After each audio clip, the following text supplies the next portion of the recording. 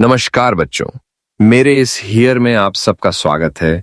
Here मतलब सिर्फ सुनना, इसलिए आप लोग सिर्फ ध्यान से सुने।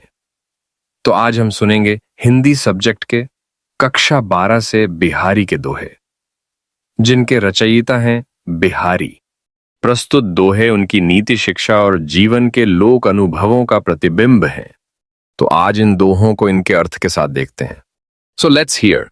पहला दोहा। कनक कनक तैं सौगुनो मादकता अधिकाई, उहिं खाएं बौराय इहिं पाए ही बौन राय।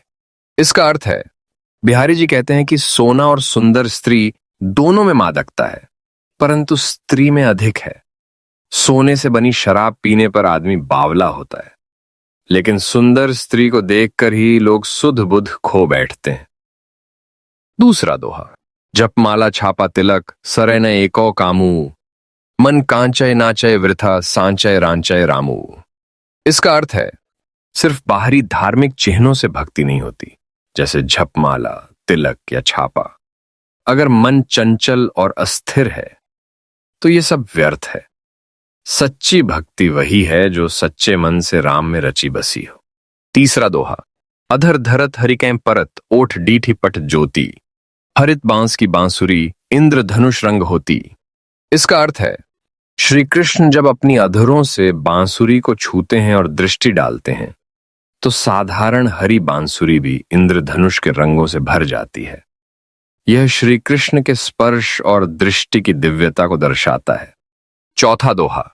अति अगाधु अति औथरो, नदी कूप सरु बाय, सोता को सागरू जहां जाकी प्यास बुझाई। इसका अर्थ है, बड़ी बड़ी नदियां, कुएं, तालाब और बावड़ियां सब तभी सार्थक हैं जब किसी की प्यास बुझा सकें। उसी को सागर कहा जाता है जो प्यासे की तृष्णा मिटा दे। पांचवां दोहा। या अनुरागी चित्त की गति समुझे नहीं कोई, ज्यों ज्यों बूढ़े श्याम रंग त्यों त्यों उज्जल होई। इसका अर्थ है, प्रेम में डूबे हुए हृदय की दशा कोई नहीं समझ सकता।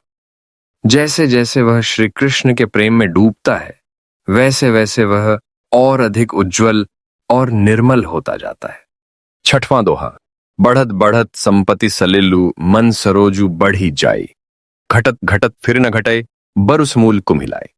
इसका अर्थ है, जैसे जैसे मन रूपी कमल में भक्ति रूपी जल भरता है वह खिलता है, लेकिन अगर यह जल कम हो जाए तो कमल मुरझा जाता है। ऐसे ही मन में भक्ति का भाव रहे तभी जीवन सुंदर है।